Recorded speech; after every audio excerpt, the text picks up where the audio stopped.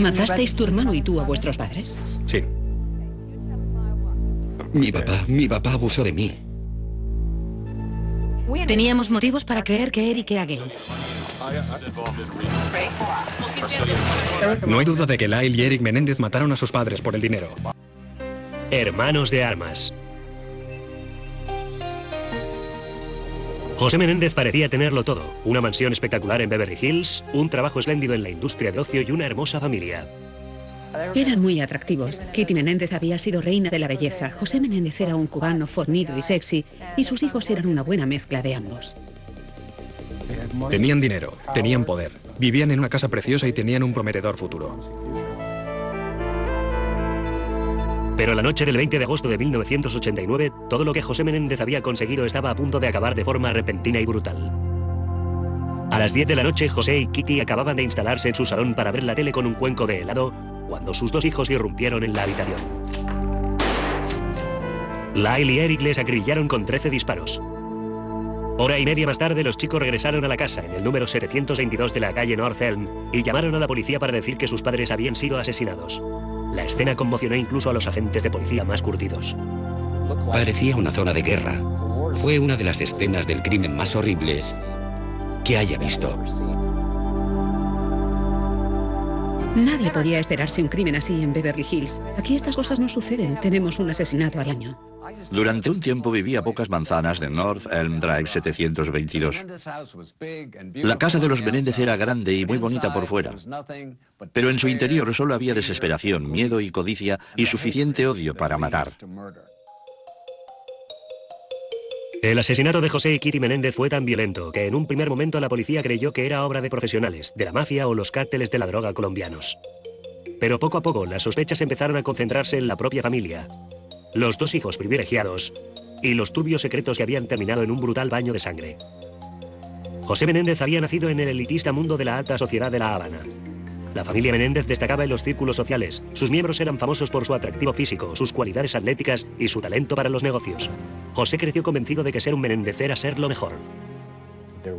Era un mundo en el que imperaba el deseo y la necesidad de sentirse superiores, privilegiados.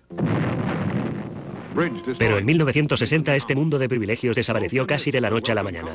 La revolución había triunfado en Cuba y José fue enviado a vivir con una tía en la pequeña ciudad de Hazleton, Pensilvania. Llegó con 15 años como inmigrante, pero enseguida dijo: voy a triunfar. El joven José estaba decidido a recuperar lo que había perdido. Nadador estrella en secundaria, José entró en la Universidad del Sur de Illinois con una beca deportiva.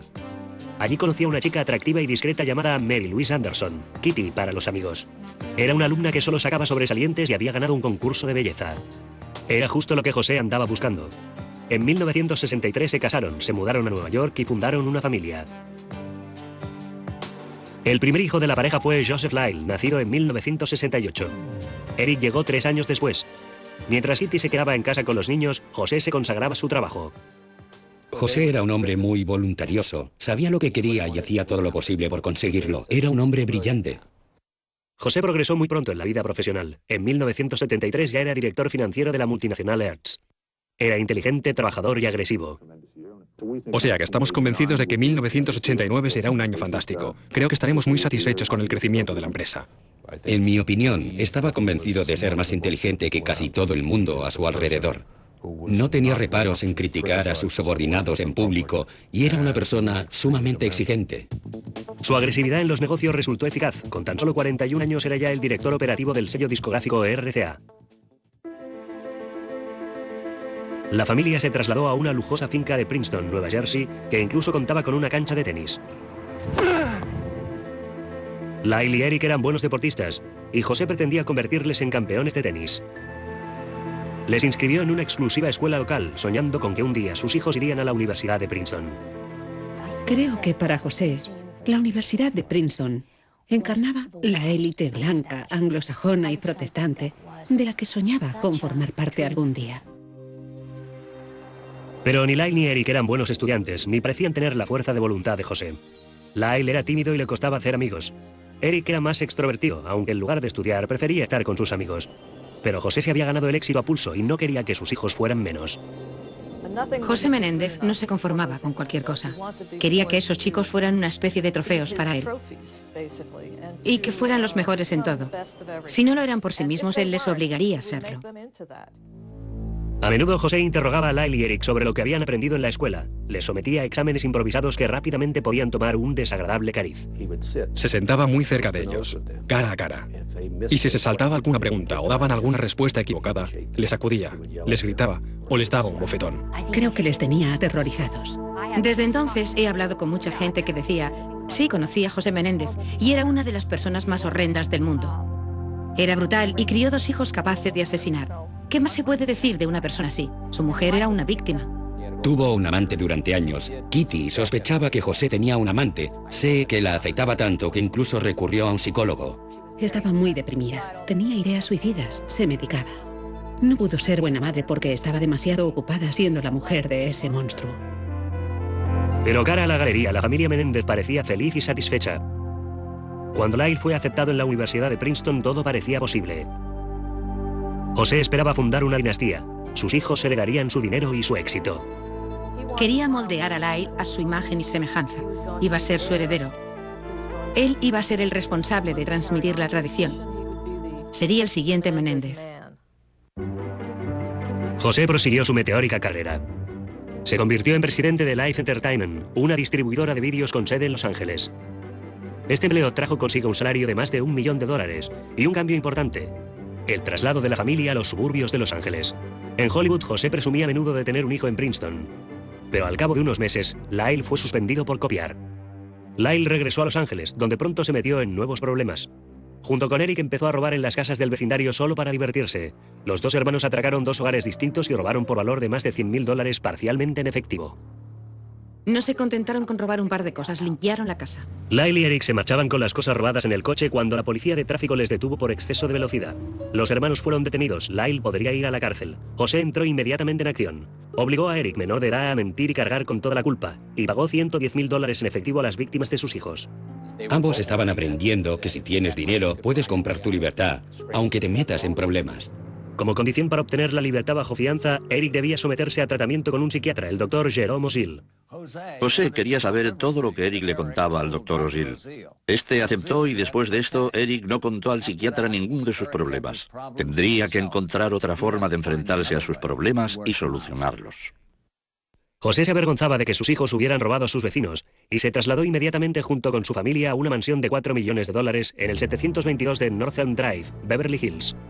Cada uno a su manera, ambos hermanos habían decepcionado profundamente al señor Menéndez. A José. Creo que Lyle era demasiado tímido, demasiado retraído. Eric era un poco afeminado.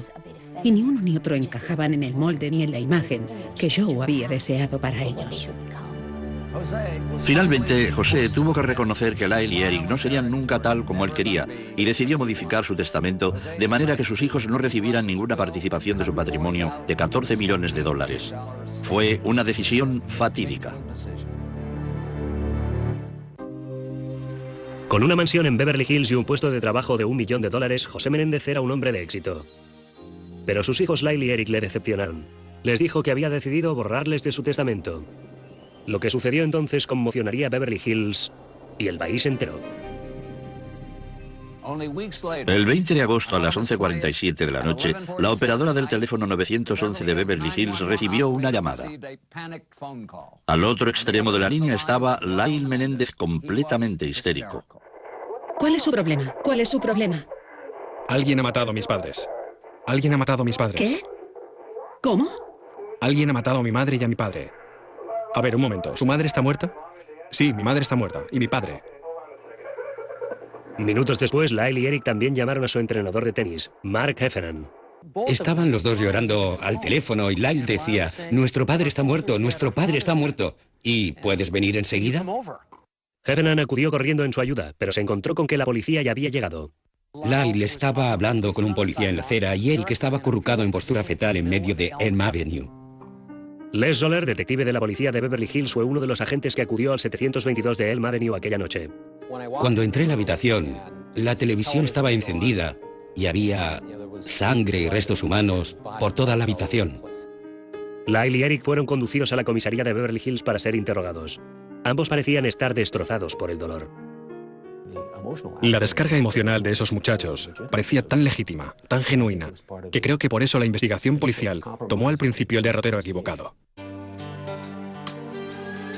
Lyle y Eric dijeron a la policía que los asesinos podían ser miembros de la mafia, con la que José tenía tratos de negocios. Mientras los agentes investigaban las posibles conexiones con la mafia, los cuerpos de José y Kitty Menéndez fueron transportados en avión hasta Princeton para celebrar su funeral. Su actitud durante el funeral en sí me pareció muy acongojada y sincera. Los dos parecían estar realmente hundidos. Pero la recepción se celebró poco después del oficio y me dio un poco de grima que pudieran pasar tan rápidamente del duelo a convertirse en anfitriones de una fiesta. La secretaria de José, Mitzi Eisenberg, me contó algo muy extraño acerca de Lyle. Iba a su lado en la limusina después del funeral en Princeton, y Lyle le dijo: «Me he calzado los zapatos de mi padre». Mitzi le dijo que podía abrirse camino en el mundo por sus propios medios, pero Lyle contestó: «No lo entiendes», y señalando sus pies dijo: «Es que son literalmente los zapatos de mi padre». En cuanto sus padres estuvieron enterrados, Lyle y Eric empezaron a derrochar el dinero de José. Los hermanos se compraron relojes Rolex y ropa de diseño. Lyle se compró un Porsche valorado en $64.000 y Eric un nuevo Jeep. Más adelante alquilaron apartamentos de lujo en un rascacielos de Marina del Rey y contrataron a su entrenador de tenis, Mark Heffernan, por $72.000 al año. Les contratamos un dietista olímpico. Llevamos a cabo un perfil nutricional completo, análisis del cabello, ingesta de proteínas con un nutricionista metabólico, se midió el volumen de oxígeno que consumían, su flexibilidad, por supuesto, su fuerza, todas estas cosas. Empezaron enseguida a gastar dinero, y no parecía la forma normal de vivir el duelo por la muerte de sus padres, tener tantas ganas de gastar dinero. La policía había descartado la implicación de la mafia y empezó a sospechar de Lyle y Eric. Pero a los hermanos no les preocupaba la posibilidad de que les detuvieran. En ausencia de su exigente padre, Lyle, que empezó a cobrar confianza en sí mismo, decidió meterse en negocios. Compró un restaurante de comida rápida en Princeton por $550.000 y empezó a volar continuamente entre aquella ciudad y Los Ángeles. Después del crimen, Lyle se dedicó a comprar con desenfreno. No parecía tener ningún remordimiento de conciencia, mientras Eric parecía sufrir. Perdió mucho peso, no podía dormir. Eric parecía afectado por lo que había hecho. Me lo encontré llorando varias veces, o muy triste, deprimido. Mientras Lyle jugaba a los hombres de negocios en Princeton, en California, Eric empezaba a derrumbarse emocionalmente. Creo que si Lyle hubiera cometido esos asesinatos en solitario y Eric no lo hubiera sabido, Lyle quizás se habría librado de la justicia, pero le remordía la conciencia. Para quitarse ese peso de encima, Eric recurrió a su antiguo psicólogo, el Dr. Jerome Ozil.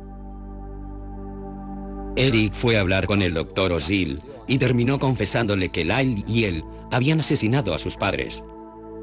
Lyle había regresado a Los Ángeles y se puso furioso cuando descubrió que Eric había confesado. Creo que si quería cometer el asesinato perfecto, no debería haber involucrado a su hermano menor. Cuando Lyle descubrió que Eric había confesado su crimen a Ozil, se puso furioso. Pero Ozil fue capaz de dar un giro a la situación y pronto consiguió que Lyle también confiara en él. Lyle incluso le dijo que había cometido el crimen perfecto y que su padre habría estado orgulloso de él. Al cabo de un tiempo, Ozil consiguió convencer a Lyle y Eric para que le permitieran grabar sus confesiones. Fueron estas grabaciones las que resultarían ser fatales para los hermanos Menéndez.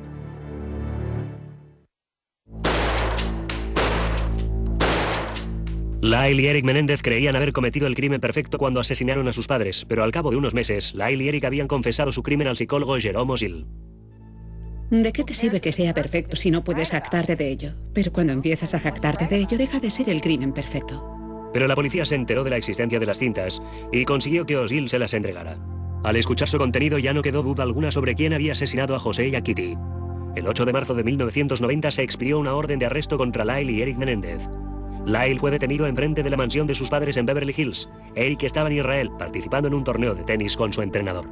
Recibimos una llamada a las 6 de la mañana del abogado de Lyle diciendo que teníamos que subir inmediatamente a un avión de El Al y regresar a casa. Pero Eric y Heffernan no volaron directamente a Los Ángeles, sino que fueron primero a Londres. Pasamos un par de días juntos intentando tranquilizarle ante la perspectiva de ir a la cárcel. Anduvimos mucho por la ciudad, visitamos algunos sitios de interés, fuimos a buenos restaurantes. Tengo entendido que Eric estaba destrozado, lloraba, había perdido el control. Hefferman le dijo, no te preocupes, todo se aclarará, saldrás de la cárcel enseguida. Eric le tranquilizó. Debía querer creerlo. 3 días más tarde, Eric regresó a Los Ángeles y fue detenido en el aeropuerto por asesinato en primer grado. Lyle y Eric tenían ahora que hacer la compra más importante de sus vidas, una buena defensa. Jill Lansing aceptó representar a Lyle. La familia de los hermanos deseaba que Leslie Abramson defendiera a Eric. Se lo pidieron a Leslie Abramson y ésta les dijo que aceptaría el caso, pero quería $1 millón en la mesa por adelantado. Y Carlos Barral dijo, no tenemos $1 millón en efectivo. Y ella le contestó, bueno, pues será mejor que lo consigan, porque si no esos chicos serán electrocutados. El 26 de marzo de 1990, los hermanos Menéndez comparecieron ante un tribunal acusados de asesinato en primer grado. La primera comparecencia de los hermanos fue ante un gran jurado en Beverly Hills. Señor Eric Gaylan Menéndez, ¿comprende los cargos en su contra? Los comprendo los dos, su señoría. Gracias. Señor Joseph Lyle Menéndez, ¿comprende los cargos en su contra? Sí. Se lo tomaron casi como una broma. Durante los 3 años siguientes, mientras Lyle y Eric estaban en la cárcel, sus abogados intentaron que las cintas fueran desestimadas como pruebas. Pero cuando el magistrado las declaró admisibles, la defensa cambió al momento su estrategia y dijo que los hermanos se declaraban culpables. Ahora Lyle y Eric admitían que habían asesinado a sus padres, pero afirmaban que había sido en defensa propia. Tenemos pruebas para demostrar que temían estar en peligro inminente de sufrir graves heridas o incluso morir a manos de sus padres. Abramson dijo que Kit y José habían estado abusando de Lyle y Eric durante años a nivel emocional, físico y sexual. La contrincante de Abramson era Pamela Bozanic, una fiscal joven y muy dura. Dijo que no se habían producido abusos, que los hermanos habían actuado empujados por la codicia. Esta es la causa del Ministerio Fiscal contra Joseph Lyle Menéndez y los miembros del jurado ya han regresado. Buenos días. El juez Stanley Weisberg decidió convocar un jurado distinto para cada hermano, pero la vista se celebraría en la misma sala. También permitió la presencia de una cámara de Court TV en la sala. Las reglas dictaminan que la cámara no puede enfocar a los miembros del jurado. Entramos en la sala del tribunal y de repente había una cámara allí. Es como meter el sistema judicial, Hollywood y el mundo del espectáculo en el mismo saco. Una combinación bastante nefasta. El primer día del juicio trajo a una increíble variedad de espectadores que acudieron en masa a los tribunales de Van Nuys. Muchas chicas habían hecho cola para entrar desde las 4 de la mañana y se comportaban como si Lyle y Eric fueran estrellas del rock. Era simplemente el lugar más de moda en la ciudad. Solo había 10 plazas para la prensa y yo tenía una de ellas. En la sala el aire estaba cargado de tensión y electricidad mientras esperábamos que aparecieran los hermanos. Mi primera impresión fue que estaban muy pálidos. No podía creerlo. Tenían las mejillas hundidas y su aspecto era terrible. Y se habían puesto esos suéteres de color claro para presentar una imagen pija, pero que les daban un aspecto todavía peor. Se supone que un chico vestido con un suéter resultará más simpático que con traje y corbata. Muy bien, ahora solicitaré a los abogados de ambas partes que presenten sus alegatos iniciales. Vamos a demostrar ante este tribunal que Lyle Menéndez planeó el asesinato y luego se dedicó a gastar el dinero obtenido tras asesinar a sus padres. Recuerdo que después de mi alegato inicial me fui al baño y vomité. Es que la presión era enorme. Las pruebas que Bozanic presentó dibujaban una estremecedora escena. Los hermanos habían matado a José primero. Luego se ensañaron con su madre. Siempre me dio mucha pena su madre porque ella se dio cuenta de que sus hijos iban a matarla. José no lo supo. Estaba dormido cuando le dispararon. Bozanic contó al jurado que Lyle y Eric se quedaron sin municiones cuando Kitty todavía estaba viva y se movía. Se fueron al coche, cargaron sus armas y regresaron. Luego se acercaron a su madre y le dispararon. Los jurados tuvieron que enfrentarse con una imagen impactante. Una fotografía de la cara desfigurada de Kitty Menéndez. Cuando ves esa foto que tengo de ella, con un solo ojo mirando fijamente y el otro ya no está, es lo más horrible que se puede imaginar. Casi se distingue el reflejo de sus hijos en ese único ojo. Uno de los testigos cruciales de la acusación era Craig Signarelli, el mejor amigo de Eric. Signarelli dijo que Eric y él habían escrito a medias una obra de teatro llamada Amigos sobre un chico que mataba a sus padres por dinero. Un chico investiga su herencia. Abre un testamento y ve su herencia. Ve que le dejarán $187 millones. Entonces sube al piso de arriba y mata a sus padres.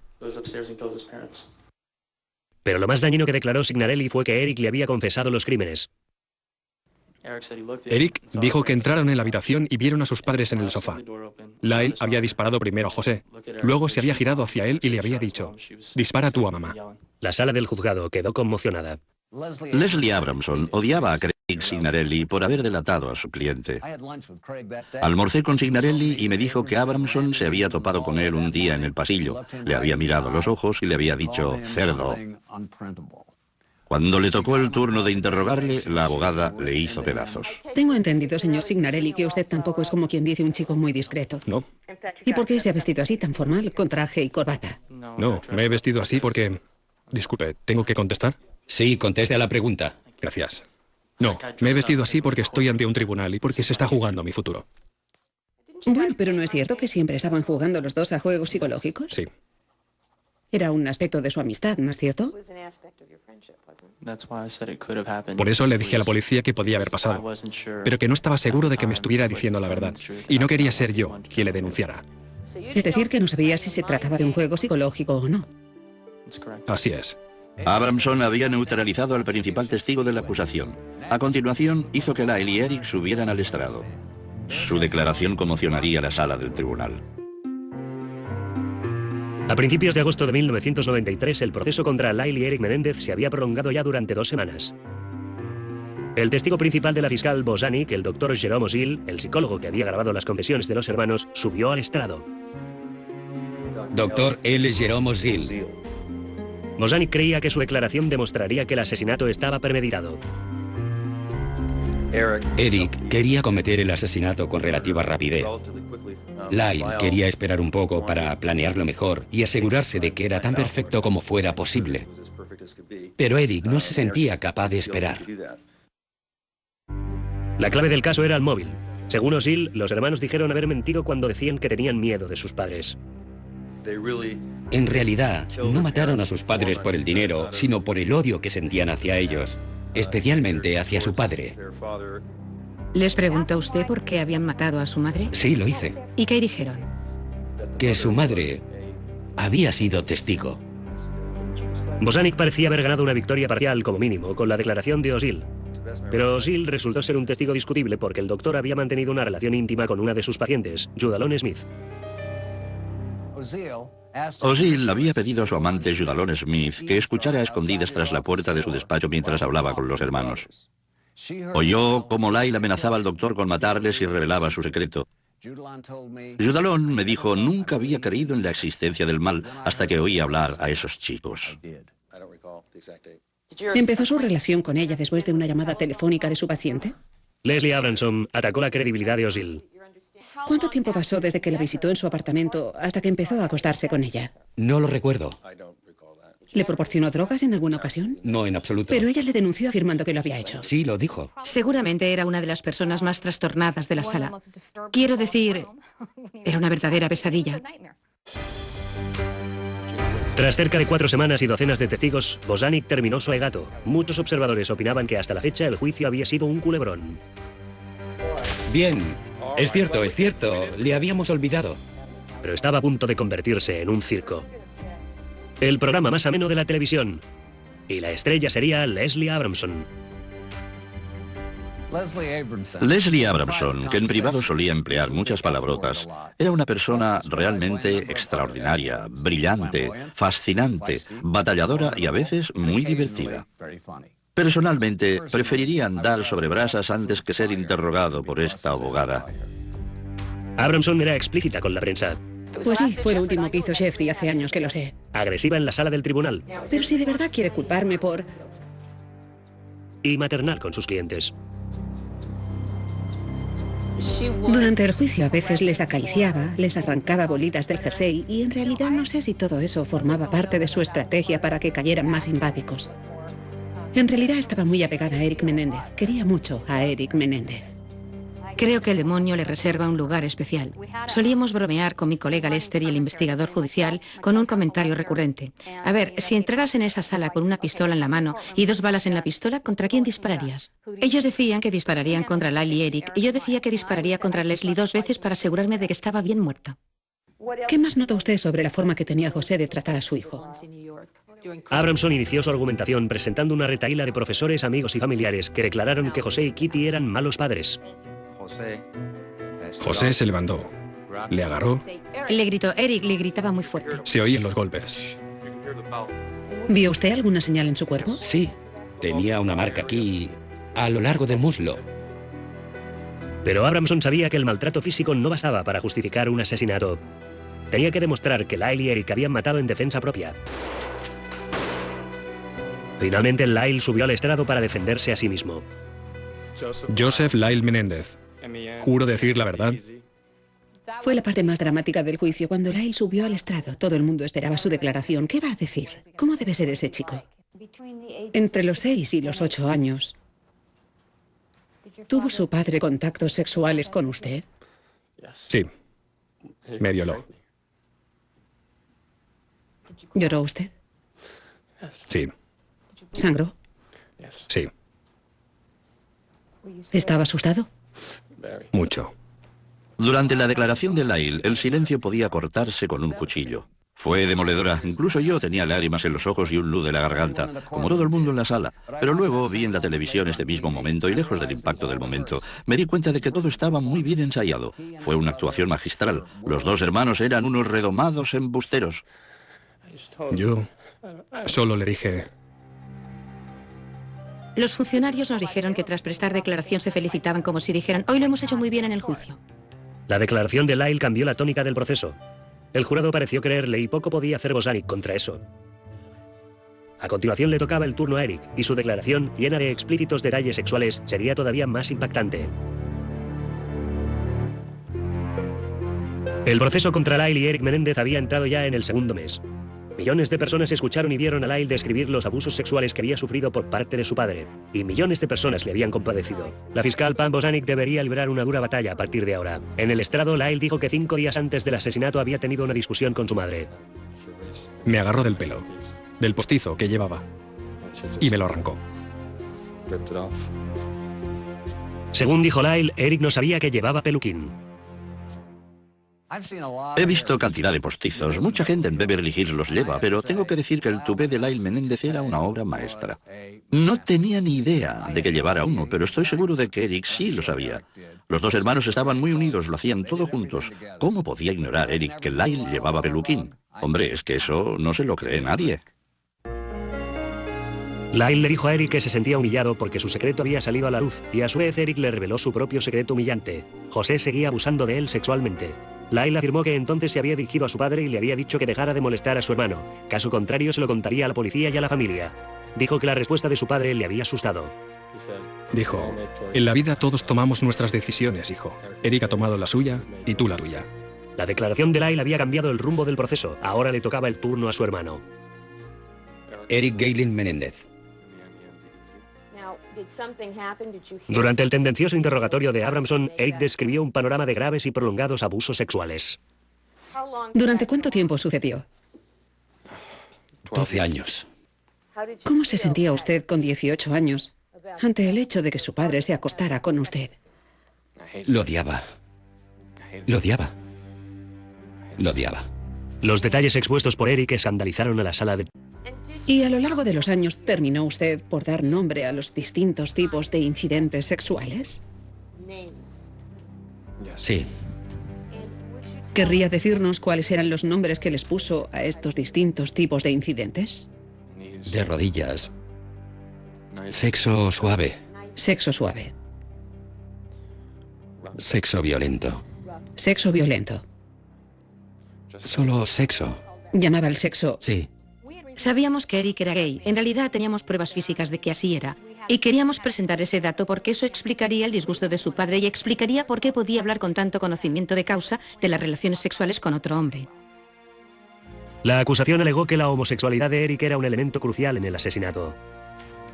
Dijeron que José lo había descubierto y que Eric temía perder su herencia. Me parecía lógico que fuera Lyle, el hermano mayor, que había sido criado para convertirse en el cabeza de familia, quien lo hubiera planeado todo. Pero luego, tras interrogar a Eric, me di cuenta de que el cerebro del crimen era él, que era más listo que Lyle. Él era el causante de todo aquello.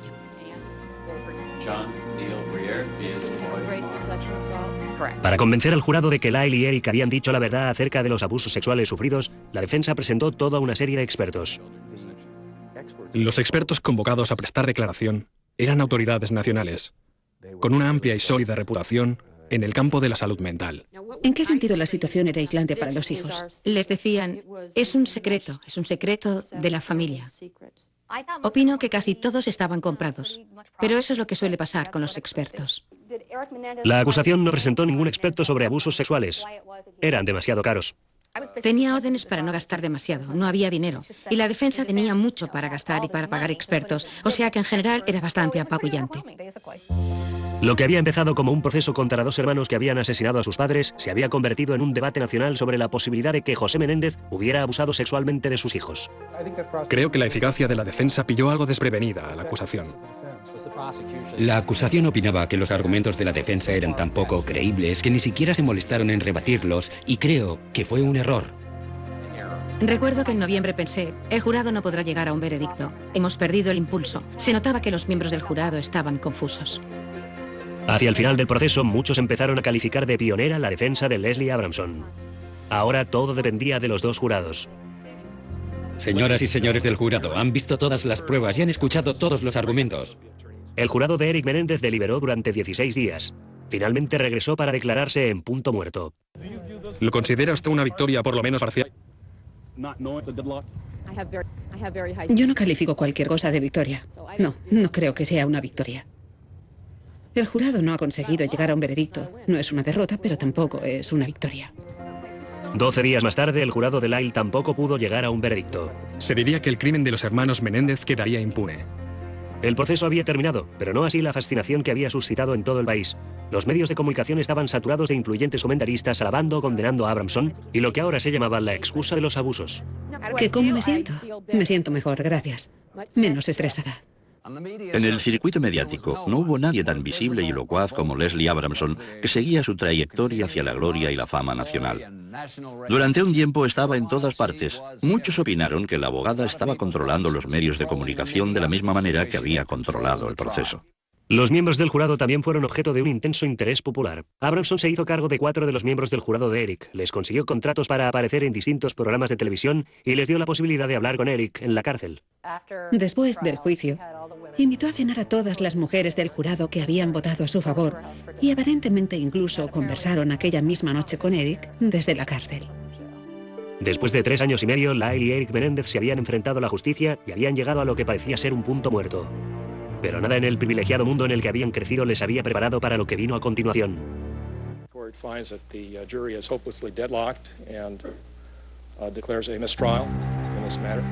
El proceso contra Lyle y Eric Menéndez había terminado con 2 jurados colgados. Los hermanos Menéndez deberían ser juzgados de nuevo.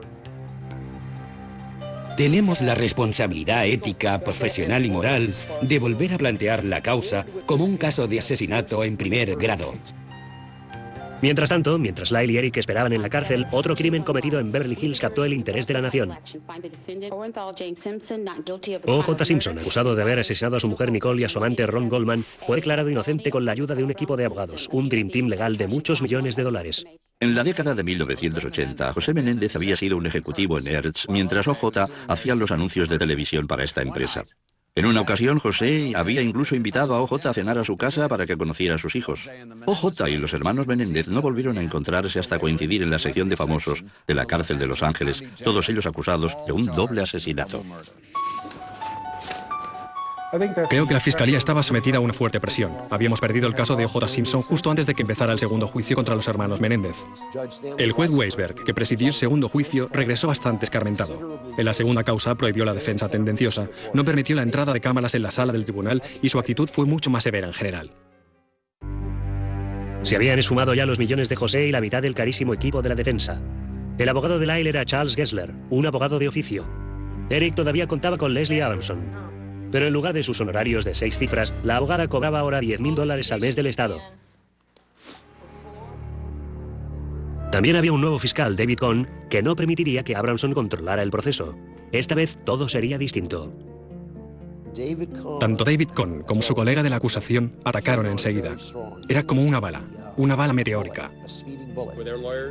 El juez Stanley Weisberg no permitió que se llamara a declarar amigos y familiares cuya comparecencia había admitido en el primer juicio. Y Lyle Menéndez, que había llorado al hablar de los abusos sufridos, tampoco subió al estrado. Teníamos información de sobras para impugnarle, y creo que en realidad tuvo miedo de subir al estrado. Entre otras frases suyas que podíamos presentar, había dicho: engañamos a medio país en el primer proceso. Ahora solo tenemos que engañar a la otra mitad. Y esta vez, Leslie Abramson cometió un error. Abramson había contratado al Dr. William Vicary, un psicólogo, para que evaluara a Eric en la cárcel. Las notas que tomó Vicary podían serle útiles, pero no lo bastante, en opinión de Abramson. Más o menos vino a decirme: tiene que borrar estos párrafos de sus notas o quedará despedido, ¿de acuerdo? Le eliminaré del caso, de manera que tomé una decisión errónea. Acepté. Vicary modificó sus notas y creó una segunda versión. En el juicio, un error burocrático hizo que las notas sin modificar cayeran en manos de la acusación. Cuando me tocó el turno de interrogarle, le pregunté al Dr. Vicary por qué aquellas notas eran distintas, pensando que debía haber alguna explicación racional, pero descubrí que se trataba de dos versiones distintas. En el estrado, Vicary se vio obligado a admitir que Abramson le había pedido que modificara sus notas. Creo que la sala se escandalizó, el juez se escandalizó, y nosotros, por supuesto, nos escandalizamos. Aquello menoscabó tanto la credibilidad de Leslie Abramson que no pudo presentar su alegato final. El arma más eficaz de los hermanos, su feroz abogada defensora, había perdido su eficacia. En 1996, casi 7 años después de haber asesinado a sus padres, Lyle y Eric fueron declarados culpables de asesinato en primer grado y condenados a cadena perpetua sin libertad condicional. Lyle y Eric fueron recluidos en 2 cárceles distintas. Ambos hermanos siguieron recibiendo centenares de cartas de mujeres que se compadecen de ellos por haber sufrido abusos sexuales. Menos de un año después de haber sido condenado, Lyle se casó con Anna Erickson, una de sus amigas epistolares en la cárcel. Pero el matrimonio duró poco. He oído decir que se divorciaron porque él la engañaba intercambiando cartas de amor con otra mujer. Los guardias lo descubrieron y enviaron a Ana las cartas de la otra mujer, y ella pidió el divorcio. Los hermanos no mantienen ningún contacto, y según dicen, Lyle está muy amargado. El Dr. Vicary, el psiquiatra que siempre creyó que Eric había sufrido abusos sexuales, sigue visitándole 2 veces al año. Dijo que hacía años que no se sentía tan bien, porque era la primera vez en la vida, desde que tenía memoria, en que no temía que alguien entrara en su dormitorio por la noche, le pegara y le violara. Según Vicary, Eric no tan solo se ha adaptado a la vida carcelaria, sino que se encuentra bien. La cárcel le ha sentado bien. En junio de 1999, Eric se casó con su amiga epistolar Tammy Ruth Sakoman. La boda se celebró en la cárcel. Su matrimonio es muy estable. Tiene a esa mujer que le quiere, vive cerca y le visita muy a menudo. Hablan cada día por teléfono, se escriben sin cesar. Estoy asombrado. Y ahora Eric Menéndez dice estar arrepentido. Dijo que tenía la sensación de haber cometido un terrible error. Yo le pregunté de qué error se trataba y me contestó: debería haberme matado a mí mismo, no a mis padres. No estaríamos contando la historia de José Menéndez ahora mismo si todavía estuviera vivo. La recompensa final, por haber querido ser un pez gordo, tenerlo todo y hacer todo lo que quisiera y en el momento que le apeteciera, terminó convirtiéndole en un rey, asesinado por 2 príncipes. Muchos creen que si tuviera todo lo que tenía la familia Menéndez, serían perfectamente felices. Pero me parece que todo lo que vemos cuando circulamos por las calles de Beverly Hills no es tan hermoso, ni tan perfecto como creemos. Lyle y Eric Menéndez tuvieron una infancia terrible, pero también tuvieron una opción. Podían haberse marchado, simplemente. No lo hicieron porque no estaban dispuestos a renunciar al dinero de su padre, y por eso pasarán el resto de sus vidas en la cárcel, que es el lugar que les corresponde. Dominic Dunne para la televisión judicial.